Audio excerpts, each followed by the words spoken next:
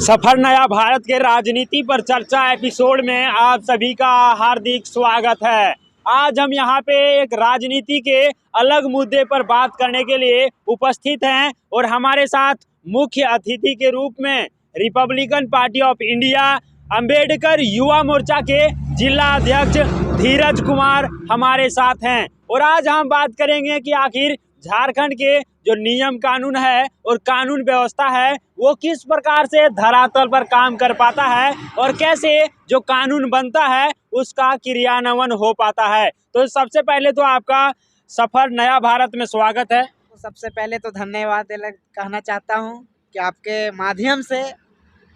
जो क्षेत्र का जो आप बता रहे हैं कि व्यवस्था, उस व्यवस्था पर चर्चा करने का मुझे मौका मिल रहा है। तो जैसा कि मेरा प्रश्न ये रहेगा कि झारखंड में बहुत प्रकार के कानून भी बनते हैं और वो बनना भी चाहिए, लेकिन क्या जितने कानून बनते हैं सब धरातल पर उतर पाता है क्या? देखिए, सबसे पहले तो हम सरकार से मांग करना चाहेंगे कि जितने भी सरकार के द्वारा जो कानून अपने समाज के लिए और राज्य झारखंड जैसे राज्य के लिए जो कानून बनाया जाता है, कोई भी कानून हो चाहे नियम हो, उस व्यवस्था को पूरी तरह से ज़मीनी स्तर पर दिखाई नहीं देता है। तो सबसे पहले सरकार को तो करना चाहिए, एक कमेटी बनाना चाहिए ताकि जो किसी भी प्रकार जो भी आपका कानून बनता है उस कानून ज़मीनी स्तर पर काम हो। उस कमेटी का काम रहेगा कि देखना, जैसे कि आप देख लीजिए गांव क्षेत्र में जाकर फंडिंग तो बहुत सारी आती है, यहाँ तक कि सड़क का हो चाहे स्ट्रीट लाइट का हो चाहे आपका पंचायत भवन का, जितना भी मतलब गांव के जो मुखिया होते हैं उसके पास जितना भी मैं तुम्हारा जैसे कि फंडिंग आता है गांव को विकास कैसे किया जाएगा, लेकिन गांव विकास नहीं हो पाता है। तो सरकार को भी इसमें कड़ी से कड़ी थोड़ा ध्यान देना चाहिए ताकि क्षेत्र विकास हो। आने वाले समय में लोगों को लगे कि हाँ, सरकार तो कुछ करके गया है। और अभी देखिए जेएमएम का सरकार है, हेमंत सोरेन, हमारे माननीय श्री हेमंत सोरेन जी से हम अनुरोध करेंगे कि गांव का समस्या थोड़े ध्यान ज़्यादा दे ताकि जो समस्या है वो समस्या में थोड़ा हम लोग का हल हो और आम आदमी का परेशानी ना हो। जैसा कि कुछ दिन पहले आप देखे होंगे और सुने भी होंगे कि झारखंड के मुख्यमंत्री श्री हेमंत सोरेन के द्वारा एक योजना लाया गया था और योजना का नाम था आपकी सरकार आपके द्वार और आपके अधिकार। उसके तहत क्या है, सरकार जनता के द्वार तक जाकर के उनका जो काम है जो नहीं हो पाता है, जैसे जातीय वासी बनाना, दाखिल खारिज करना, खतियान में उसका सारा कुछ चढ़ाना, लेकिन क्या वो जो चलाया गया था पूरे झारखंड में चला, क्या वो सही से काम कर पाया?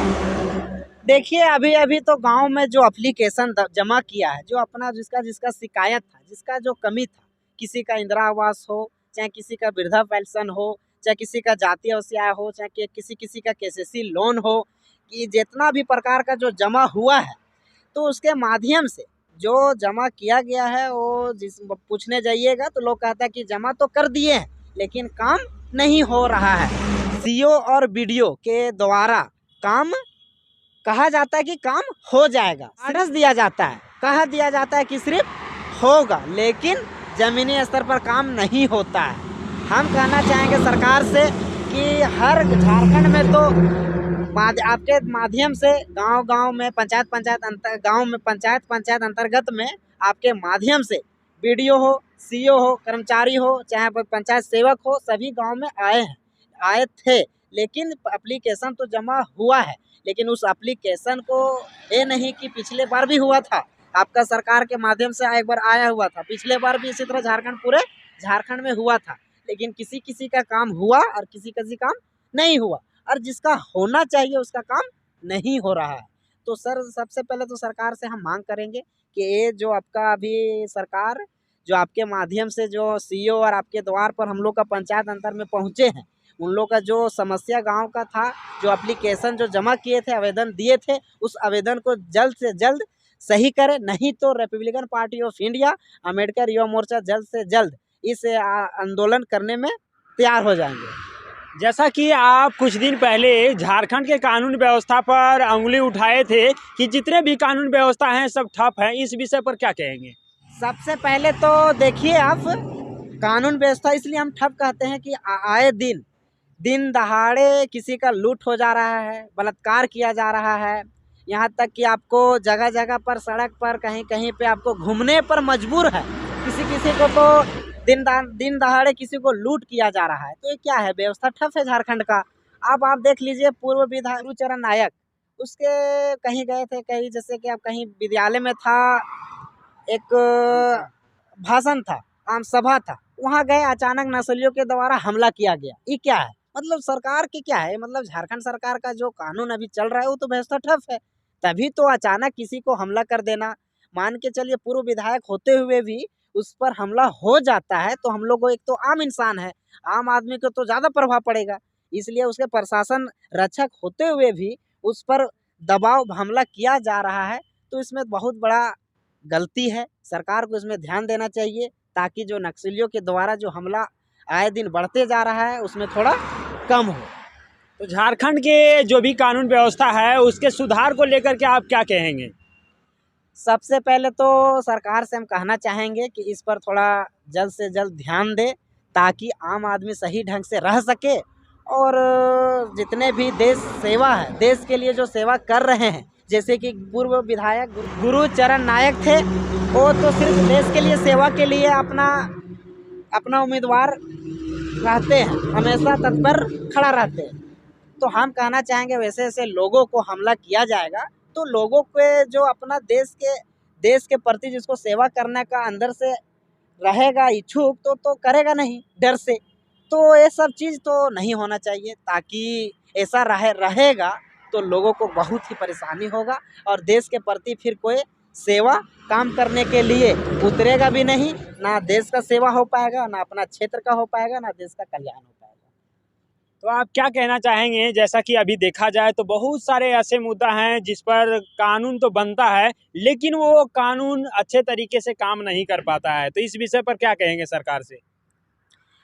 देखिए, कानून सरकार के द्वारा बनाया जाता है, लेकिन सबसे पहले तो देखिए कहीं भी किसी का इंदिरा आवास हो, चाहे किसी का वृद्धा पेंशन लेना हो, चाहे किसी का किसी से लोन हो,